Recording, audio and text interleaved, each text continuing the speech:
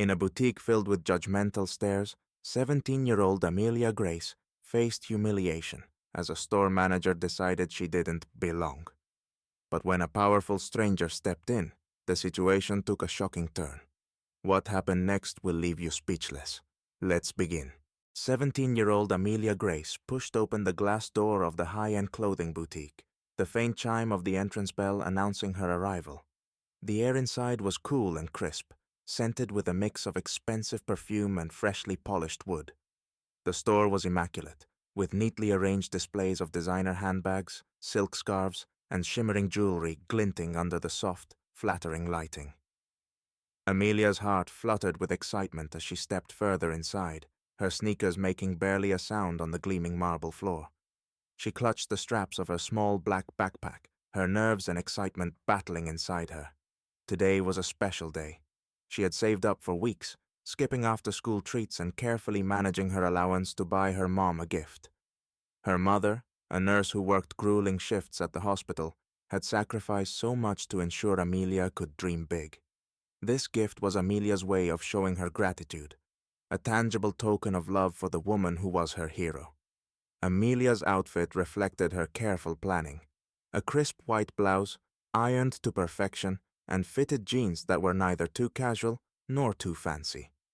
Her dark curls were neatly pulled back into a ponytail, and a hint of gloss on her lips gave her a polished look.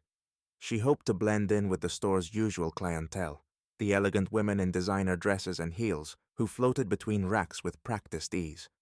But the store manager, Susan Green, noticed her the moment she walked in. Susan, a woman in her mid-40s with an angular face and sharp blue eyes, was stationed behind the counter. Her tailored blazer and impeccable makeup projected an air of control, but her eyes narrowed the instant they landed on Amelia.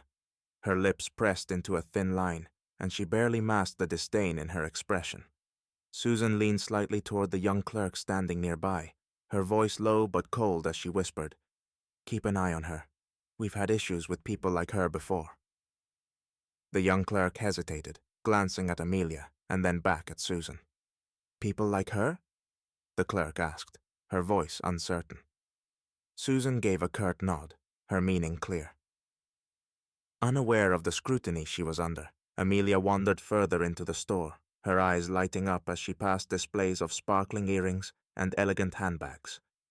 The scarf section caught her attention, and she stepped toward it, her fingers lightly grazing the edge of a soft, cream-colored silk scarf with intricate floral embroidery. Her mind raced as she imagined how it would look on her mom, how her mom's tired eyes might light up at the thoughtful gift. Behind the counter, Susan's icy gaze followed Amelia's every move, her expression stiff with suspicion.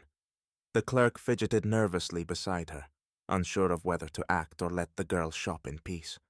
Susan's unspoken judgment loomed over the store, thickening the air with tension that Amelia hadn't yet noticed.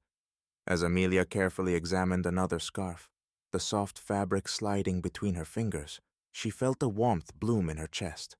She pictured the moment her mom would unwrap the gift, the way her face would break into a smile despite her exhaustion. This thought made Amelia's own smile widen. She was focused, determined, and entirely unaware of the storm brewing just a few feet away. Susan's whispered words hung in the air like a silent threat, and her stern demeanor hinted at trouble ahead. Amelia carefully lifted a delicate silk scarf from the neatly arranged display. The fabric felt impossibly soft against her fingers, and its pale pink hue, adorned with intricate hand-embroidered floral patterns, was exactly what she imagined her mother would love. She held it up gently, examining how the sunlight streaming through the boutique window brought out the sheen in the stitching. Her heart swelled with pride at the thought of presenting this beautiful gift to her mom. The sudden, sharp click of heels broke through her thoughts. Amelia turned, startled, as Susan Green approached, her steps deliberate and forceful against the polished marble floor. The store manager's posture was rigid, her arms stiff at her sides, and her cold blue eyes fixed on Amelia with unmistakable scrutiny. Susan stopped just a few feet away, her presence casting a shadow over Amelia's moment of joy.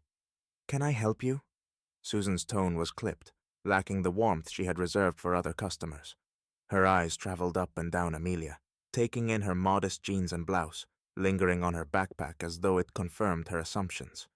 Amelia, taken aback but still polite, smiled faintly. "I'm just looking for something for my mom," she replied, holding up the scarf with care. "This scarf is beautiful. How much is it?" Susan's expression hardened immediately. Her lips tightened into a thin line, and she folded her arms across her chest. "It's expensive," she said flatly, her voice filled with an unspoken but unmistakable insinuation. "You can't afford it." The atmosphere grew tense. A few feet away, the younger clerk pretended to straighten a display, but her fidgeting betrayed her unease. She shifted her weight from one foot to the other, glancing between Amelia and Susan with growing discomfort. Amelia's polite smile faltered, and a knot of unease settled in her stomach. Despite the sting of Susan's words, she forced herself to stay composed. "That's okay," Amelia said, her voice steady but soft. "I've saved up." She reached for her wallet, hoping to show she was serious, that she wasn't just browsing or wasting time. Before Amelia could finish her thought, Susan cut her off with a dismissive wave of her hand. "I think you should leave," she said abruptly, her voice dropping lower, but losing none of its coldness. She stepped closer, her arms crossed tightly over her chest, projecting authority. "This store isn't the place for window shopping." The implication was crystal clear, and it hit Amelia like a slap. Her hand froze mid-motion, her wallet still half tucked in her bag. Her cheeks flushed hot with a mix of embarrassment and anger, and her heart pounded painfully in her chest. She felt as though the walls of the pristine boutique were closing in on her. "I'm not here to cause trouble," Amelia said quietly, her voice barely above a whisper. She stared down at the scarf in her hands, feeling the weight of Susan's condescension bearing down on her. "I really just want to buy this for my mom." But the warmth and excitement Amelia had felt just minutes before had vanished, replaced by a painful lump in her throat. The delicate scarf now felt heavier than it should, and the elegant boutique that had seemed so inviting now felt hostile and unwelcoming. Still, Amelia stood her ground, clinging to the faint hope that she could salvage this moment. But Susan's cold, unrelenting gaze told her otherwise. Just as the tension reached its peak, the bell above the store's entrance chimed, and a tall, sharply dressed black man walked in. His commanding presence immediately drew attention.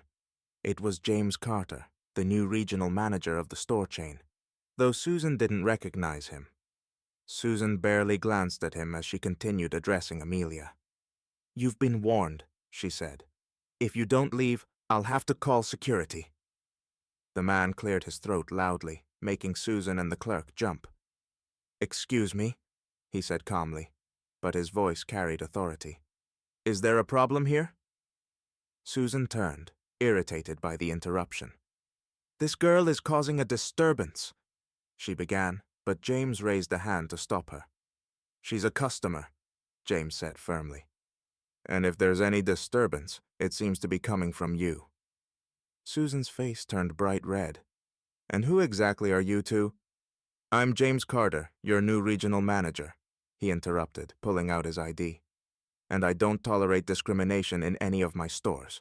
The color drained from Susan's face as the reality of the situation sank in. I didn't mean," she stammered, but James wasn't interested in excuses. "Save it," he said sharply. Turning to Amelia, he smiled warmly. "I'm so sorry for how you were treated. Please, pick out whatever you'd like. It's on the house." Amelia blinked in surprise, then nodded gratefully. She selected the scarf she had been eyeing, her hands trembling slightly. Meanwhile, James turned back to Susan. "Pack up your things," he said coldly. "You're done here. We don't need people like you representing this company." The clerk gasped softly, but said nothing, too afraid to intervene. Susan stammered a protest, but James silenced her with a look. "You've embarrassed this young woman, yourself, and this brand. There's no coming back from that." As Susan stormed out, James escorted Amelia to the counter to ring up her purchase. "You deserve to be treated with respect," he told her kindly. "Never let anyone make you feel like you're less than you are." Amelia left the store with her head held high, the scarf wrapped carefully in a gift box. She couldn't wait to give it to her mom. But more than anything, she was grateful for the stranger who had stood up for her when she needed it most.